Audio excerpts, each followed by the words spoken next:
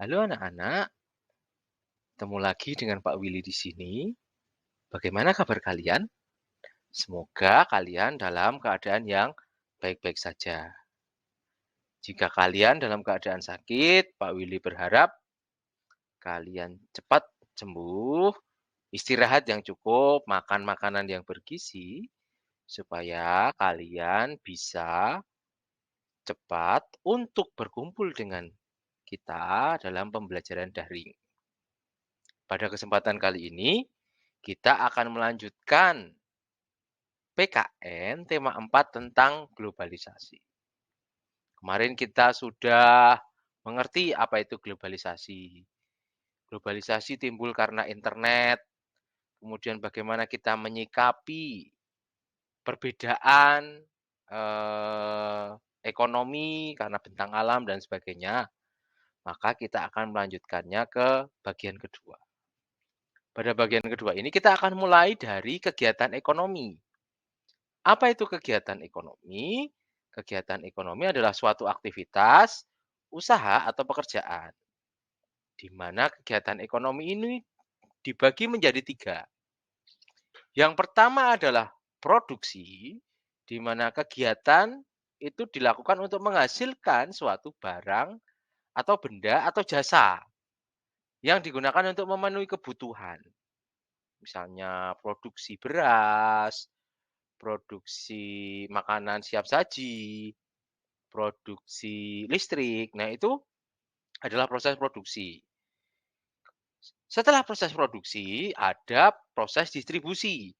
Menyalurkan hasil produksi ke produsen, yang pelakunya disebut dengan distributor. Setelah sampai ke konsumen atau penggunanya, maka akan terjadi kegiatan ekonomi yang ketiga, yaitu adalah konsumsi.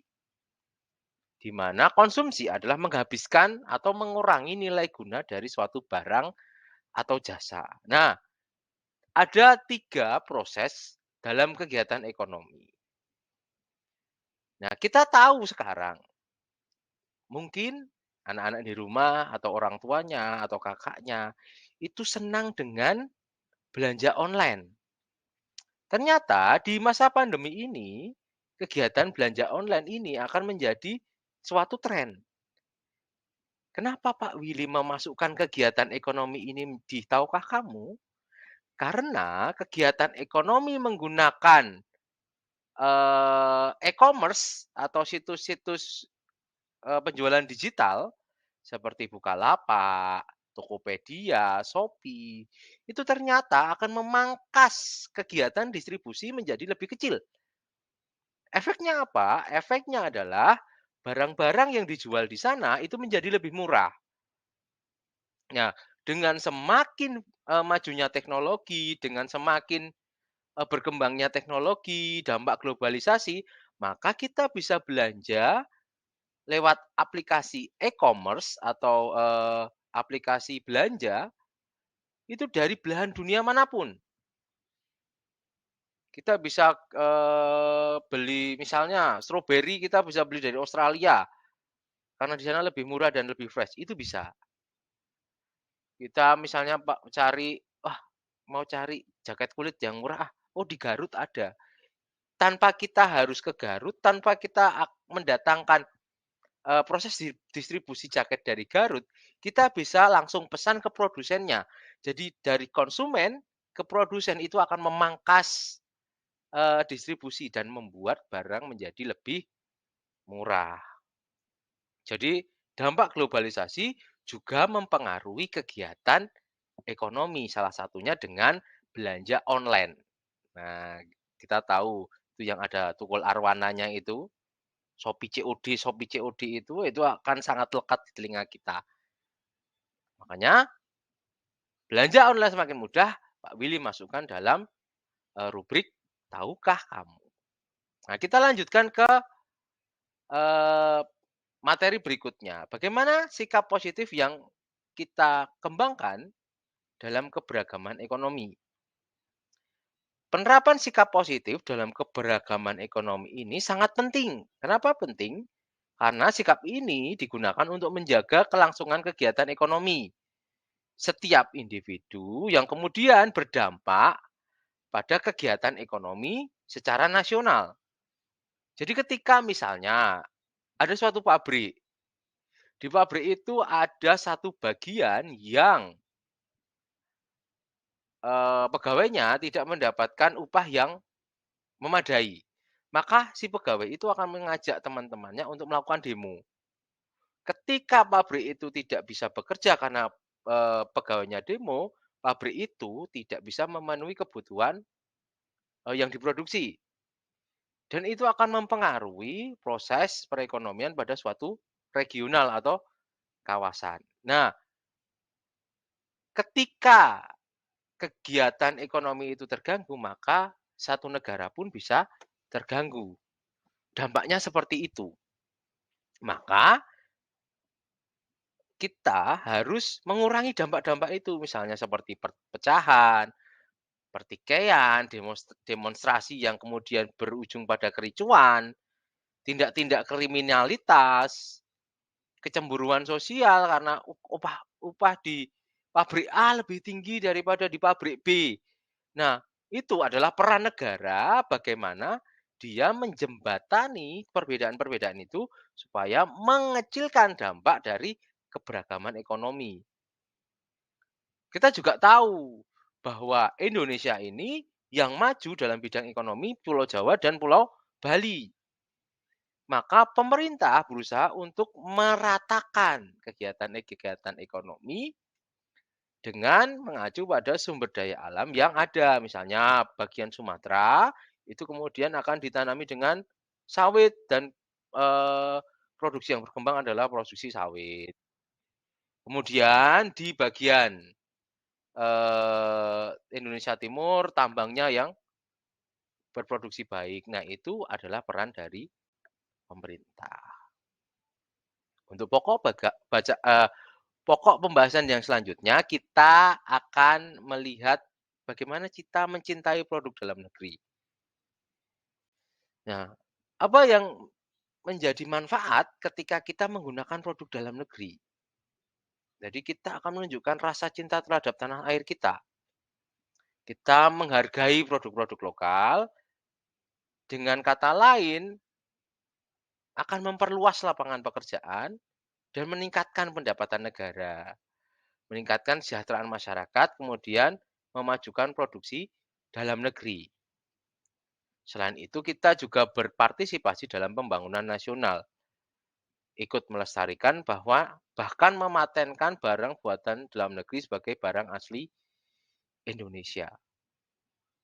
Nah, pemerintah melalui kampanye Bangga Buatan Indonesia ternyata sudah memulai ini. Bangga Buatan Indonesia ini adalah gerakan yang mengajak seluruh masyarakat Indonesia untuk menghargai karya-karya anak bangsa yang telah menghasilkan produk dan layanan bagi pelaku UMKM, usaha menengah dan kecil, yang merupakan tulang punggung ekonomi bangsa. Kemudian usaha-usaha ini perlu kita apresiasi agar mereka selamat di masa-masa sulit melalui pandemi COVID-19 ini, karena kita dalam masa pandemi. Cara yang paling gampang ya mempromosikan jualan teman-teman kita atau mama papa teman-teman kita melalui media sosial kalian, melalui status WhatsApp, promosi dari mulut ke mulut, itu adalah bentuk dari bangga buatan Indonesia. Kalian pasti tahu ada beberapa produk yang produk Indonesia asli, tapi kalian kira itu adalah produk dari luar negeri. Produk yang pertama misalnya adalah coklat Silver Queen. Ternyata coklat Silver Queen itu dibuat di Bandung dan dia adalah produk asli Indonesia. Pak Billy contohkan yang kedua. Yang kedua adalah donat Jeko. Donat Jeko itu ternyata adalah produk dari Indonesia asli. Dia dibuat oleh kalau tidak salah perancang busana dari Indonesia yang dia berkreasi membuat donat yang berbeda dari produk donat yang dari Amerika dan Dunkin' Donut. karena donatnya Jeko lebih lembut. Dan itu menjadi brand yang berkembang sampai luar negeri. Nah, ngomong-ngomong soal, merek, ada merek namanya adalah MS Glow. Nah, MS Glow ini adalah buatan asli Indonesia yang dia bisa memperlihatkan iklannya sampai ke New York. Kita tahu sampai booming, ada Marcel dan ada Babe Cabita di sana, itu terpampang di Times Square New York karena membintangi produk kecantikan MS Glow.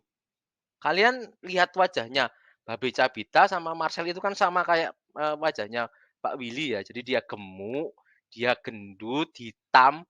Ternyata orang yang seperti itu dia bisa membintangi, produk kecantikan MS Glow. Itu merupakan kampanye yang sangat bagus karena semuanya bisa menjadi cakep, semua bisa menjadi cantik.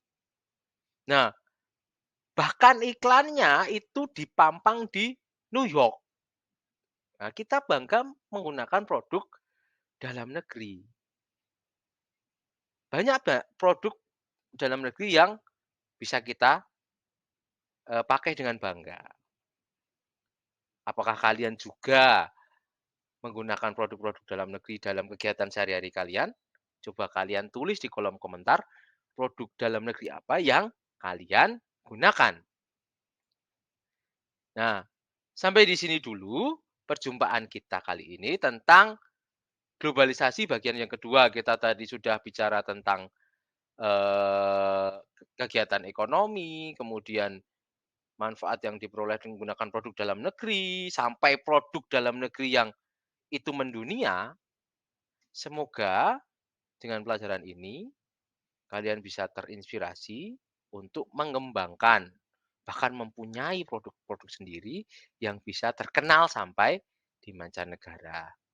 Ada sebuah kata-kata dari Presiden Yudhoyono tentang globalisasi, yaitu manusia yang cerdas dalam era globalisasi adalah orang yang pandai dan bijak bendung pengaruh buruk dari globalisasi. Jadi globalisasi itu memiliki efek yang positif dan juga yang negatif. Ketika kalian bisa memisahkan efek positif dan negatif, kalian akan menjadi manusia-manusia yang cerdas. Demikian pelajaran hari ini. Pak Willy minta maaf jika Pak Willy melakukan kesalahan dalam perkataan dan perbuatan. Sampai jumpa di pembelajaran yang lain. Sampai jumpa. Dah.